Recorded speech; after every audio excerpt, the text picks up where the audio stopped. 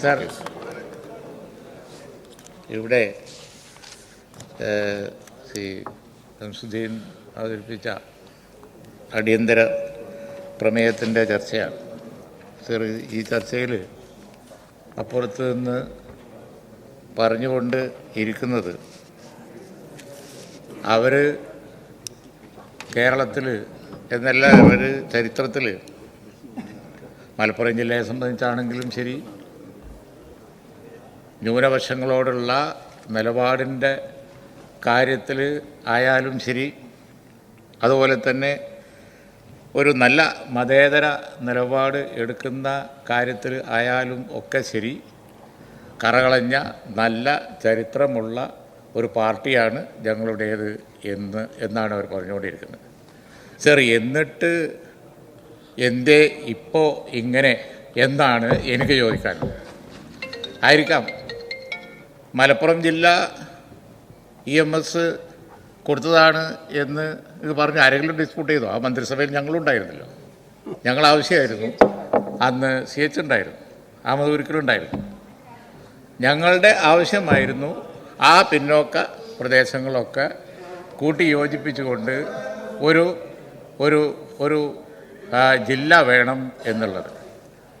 അത് പറഞ്ഞത് എന്തിനായിരുന്നു എന്നുള്ളത് പതിറ്റാണ്ടുകൾ കഴിഞ്ഞപ്പോൾ, കാലം കുറേ കഴിഞ്ഞപ്പോൾ ഇപ്പം തെളിഞ്ഞല്ലോ. അതായത് ആ പ്രദേശം വികസിച്ചു, അവിടുത്തെ ജനങ്ങൾ വികസിച്ചു, ബോധമുള്ളവരായി, വിദ്യാഭ്യാസമുള്ളവരായി, കേരളത്തിന് അഭിമാനകരമായ ഒരു സ്ഥിതിയിലേക്ക് വന്നു. സർ, ഇപ്പം അടുത്ത കാലത്ത് ഇവിടെ LDF വന്നു, UDF വന്നു, അനവധി ഗവൺമെൻറ്റുകൾ കഴിഞ്ഞു പോയല്ലോ. മലപ്പുറത്തെ ആ ഗവൺമെൻറ്റിൽ ഇരുന്നവരൊക്കെ പ്രകീർത്തിച്ചു. ഞാനാര ഗവൺമെൻറ് ഉണ്ടായിരുന്നു, എല്ലാ ഗവൺമെൻറ്റുകളും ഉണ്ടായിരുന്നു. അവരൊക്കെ ഡെവലപ്മെൻറ്റിന് മാതൃകയാണ്. ജനകീയ ആസൂത്രണം ഞങ്ങൾ കൊണ്ടുവന്നപ്പോൾ ഞങ്ങൾ സഹകരിച്ചു എന്ന് പറഞ്ഞു. ജനപങ്കാളിത്തത്തിന് മാതൃകയാണ്. നല്ല മാതൃകയായി നിന്നു എന്ന് ഇക്കാല അത്രയും പറഞ്ഞ നിങ്ങൾ ഇപ്പം എന്താ മാറ്റി? എന്തേ ഇപ്പോൾ? എന്നിട്ടെന്താ ഇപ്പോൾ ഇങ്ങനെ? ഇപ്പം എങ്ങനെയെന്ന് ചോദിച്ചു കഴിഞ്ഞാൽ, സർ, ഞാൻ കഴിഞ്ഞ ഏതാനും മാസങ്ങൾക്ക് മുമ്പ് ഡൽഹിയിൽ നടന്ന ഇന്ത്യ മുന്നണി യോഗം ഓർക്കുകയാണ്. ആ യോഗത്തിൽ ഇപ്പം അടുത്ത കാലത്തെ ശരീരനായ ശ്രീ സീതാറാം യെച്ചൂരി ആണ് പ്രധാനമായും പ്രമേയങ്ങളെ ഡ്രാഫ്റ്റിങ്ങിൽ ശ്രീ സോണിയാഗാന്ധിയും രാഹുൽ ഗാന്ധിയും ഒക്കെ ആയിട്ട് കൂടി ചെയ്തുകൊണ്ടിരുന്നത്. പ്രധാനപ്പെട്ട ഒരു ചർച്ചാ വിഷയം എന്ന് പറയുന്നത് ദേശീയതയുടെ, ദേശവിരുദ്ധ കാര്യങ്ങളുടെ പേര് പറഞ്ഞ് ഒരു പർട്ടിക്കുലർ കമ്മ്യൂണിറ്റിയെയും ചിലരെയും ഒക്കെ ഇന്ത്യ രാജ്യത്ത് അവിടെയും ഇവിടെയും പീഡിപ്പിക്കുകയും ജനകീയ വിചാരണ ചെയ്യുകയും അതുപോലെ തന്നെ അവരുടെ ഭവനങ്ങൾ ബുൾഡോസർ വെച്ച് തകർക്കുകയും ഒക്കെ ചെയ്യുന്നതിനെ എതിർത്തുകൊണ്ട് ഇന്ത്യ മുന്നണി പാസ്സാക്കിയ പ്രമേയത്തിൻ്റെ ഡ്രാഫ്റ്റ് അത് ചെയ്തത്, അതിന് കാർമ്മികത്വം വഹിച്ച സീതാറാം യെച്ചൂരിയാണ്. ഞാനവിടെ കണ്ടുകൊണ്ടിരിക്കുകയായിരുന്നു. പക്ഷേ സോണിയാഗാന്ധി പ്രോത്സാഹിപ്പിച്ചു, രാഹുൽ ഗാന്ധി പ്രോത്സാഹിപ്പിച്ചു, ഞങ്ങളൊക്കെ ഉണ്ടായിരുന്നു, കണ്ടുകൊണ്ടിരിക്കുകയായിരുന്നു. പക്ഷേ എന്നിട്ട് എന്തേ ഇപ്പോൾ ഇങ്ങനെ? പറഞ്ഞതെന്താ? കേരളത്തിൻ്റെ മണ്ണ്, നിങ്ങൾ ഭരിക്കുന്ന ഈ സ്റ്റേറ്റ് ദേശവിരുദ്ധ പ്രവർത്തനങ്ങൾക്ക് ഫണ്ട് കൊടുക്കുന്ന സ്റ്റേറ്റാണ് എന്ന് നിങ്ങൾ പറഞ്ഞത് നിങ്ങൾക്ക് ഭൂഷണമാണോ അതോ നാണക്കേടാണോ എന്ന് നിങ്ങൾ പറഞ്ഞതാര്? അതാണ് അത് അത് അത് ഞാൻ പറയട്ടെ, അത് സംസ്ഥാനത്തിൻ്റെ മുഖ്യമന്ത്രിയുടെ പേരിൽ എൻഡോസ് ചെയ്യപ്പെട്ടു. ചെറിയ കാര്യമാണോ? എന്താ എൻ്റെ ആളെ കണ്ടുപിടിക്കാത്ത? നിങ്ങൾ പറഞ്ഞ കാര്യം ചെറുതാണോ? നിങ്ങൾ വിചാരിക്കുന്നുണ്ടോ ഇത് യൂസ് ചെയ്യൂല എന്നുള്ളത്? ഇത് ഇന്ത്യ രാജ്യത്ത് യൂസ് ചെയ്യുന്നില്ല എന്ന് നിങ്ങൾ വിചാരിക്കുന്നുണ്ടോ? കേരളത്തിൽ സ്വർണം വരുന്നു, ആ സ്വർണം ധാരാളമായി പിടിക്കപ്പെടുന്നു, കുറ്റകൃത്യങ്ങൾ ചെയ്യുന്നു എന്നൊക്കെ പറഞ്ഞാൽ നമുക്ക് മനസ്സിലാക്കാം. കസ്റ്റംസ് പിടിച്ചു, അതിൻ്റെ കണക്കൊക്കെ പറഞ്ഞ് നമുക്ക് മനസ്സിലാക്കാം. പക്ഷേ ആ ഫണ്ട് എങ്ങോട്ട് പോകുന്നു എന്നാണ് പറഞ്ഞത്? രാജ്യം മുഴുവൻ ദേശവിരുദ്ധ പ്രവർത്തനങ്ങൾക്ക് വേണ്ടി പോകുന്നു എന്നാ ഞാൻ പറയുന്നു. ശരീരനായ സീതാറാം യെച്ചൂരി എന്തിനെതിരെ പ്രമേയത്തിന് കാർമ്മികത്വം വഹിച്ചോ അതാണ് ഈ ഇന്റർവ്യൂവിൽ വന്നിരിക്കുന്നത്. അത് നമ്മുടെ മുഖ്യമന്ത്രിയുടെ പേരിൽ എൻഡോസ് ചെയ്യപ്പെട്ടത് ഒരു ചെറിയ കാര്യമാണോ? അദ്ദേഹം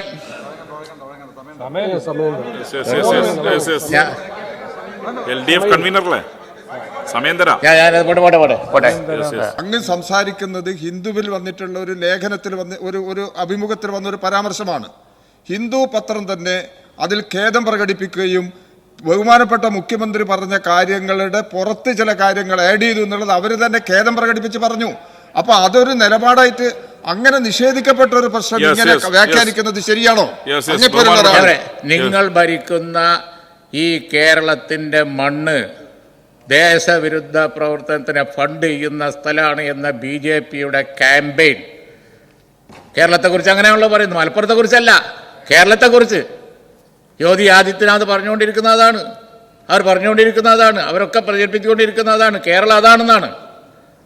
അങ്ങനെയുള്ള ഒരു വിഷയം മുഖ്യമന്ത്രിയുടെ പേരിൽ വന്നവരെ നിങ്ങൾ എന്തുകൊണ്ട് ശിക്ഷിക്കുന്നില്ല?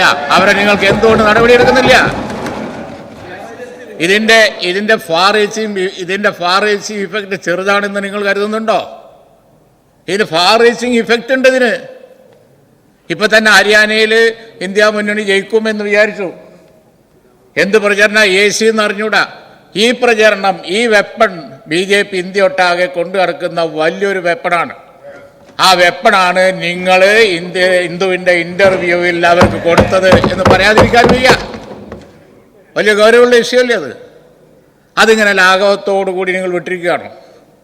കേരളത്തിൻ്റെ മണ്ണ് സ്വർണം കൊണ്ടുവന്ന് കള്ളപ്പണം ഉണ്ടാക്കി ആ കള്ളപ്പണം ദേശവിരുദ്ധ പ്രവർത്തനങ്ങൾക്ക് വേണ്ടി കൊടുക്കുന്നു. ഇതാണ് പറഞ്ഞിരിക്കുന്നത്. ഇത് നമ്മൾ അന്തരീക്ഷത്തിൽ കിടക്കുന്നത് നല്ലതാണോ? അതിനെക്കുറിച്ച് നിങ്ങളൊരു തീരുമാനം എടുക്കണം. അതിനെക്കുറിച്ചുള്ള ക്ലാരിറ്റി വരുത്തണം. മുഖ്യമന്ത്രി അറിയാതെ പറഞ്ഞതാണെങ്കിൽ വലിയൊരു പ്ലാനിങ് അതിൻ്റെ പിന്നിലുണ്ടായിട്ടുണ്ട്.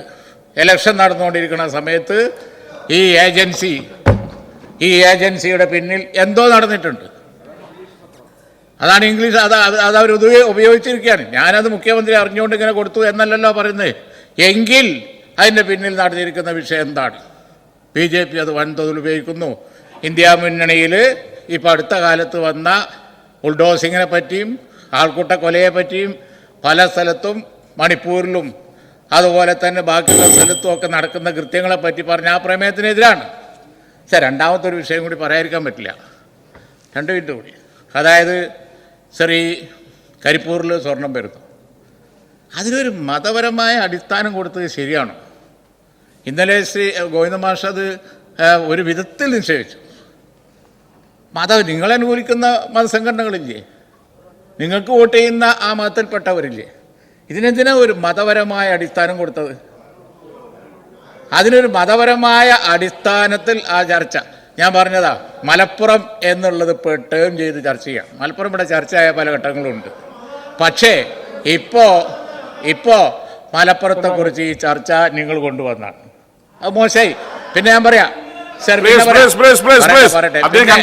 പിന്നെ ഈ അടുത്ത കാലത്ത് അവിടെ ഒരു SP ഉണ്ടായി. ഞങ്ങൾ ഈ നിയമസഭയിൽ ആ വിഷയത്തിന് മുമ്പ് പറഞ്ഞില്ലേ? രാഷ്ട്രീയമായിട്ടല്ലല്ലോ പറഞ്ഞത്.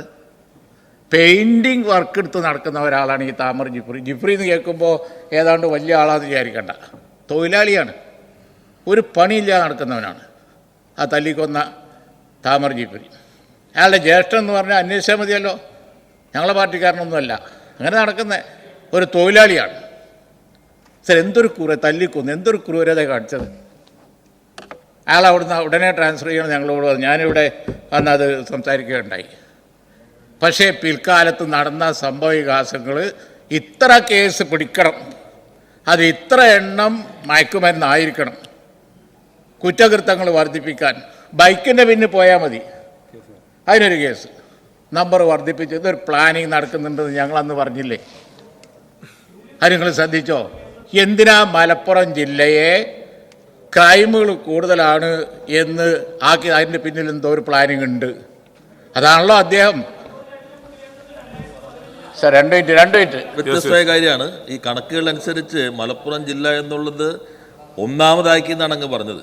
ഒന്നാമതല്ല, കേരളത്തിനകത്ത് 4-മത്തെ 5-മത്തെയോ ജനസംഖ്യാനുപാതം നോക്കി അതിനേക്കാളും കുറവാണെന്നാണ് യാഥാർത്ഥ്യം.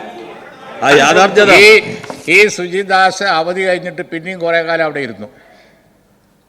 ഇരുത്തി. ഭരണം നിങ്ങളതല്ലേ? ഞങ്ങൾ പറഞ്ഞു അദ്ദേഹത്തിന് അവധി കഴിഞ്ഞിട്ട് എന്നാലെങ്കിലും ഒന്ന് മാറ്റിയില്ല. അദ്ദേഹമാണ് ശ്രമിച്ചിട്ട് എന്താ പറയുക 40 ഇരട്ടി ക്രൈം കൂട്ടി അദ്ദേഹത്തിന്റെ കാലത്ത് 40 ഇരട്ടി അല്ലേ 40 ഇരട്ടി കൂട്ടി. നിങ്ങൾ എന്തുകൊണ്ട് ശ്രദ്ധിച്ചില്ല? നിങ്ങൾ ഇപ്പോൾ നിങ്ങൾ ഭരണകക്ഷിപ്പെട്ട ഒരു MLA കൊണ്ട് ഇത് പറയിപ്പിക്കേണ്ടിയിരുന്നോ?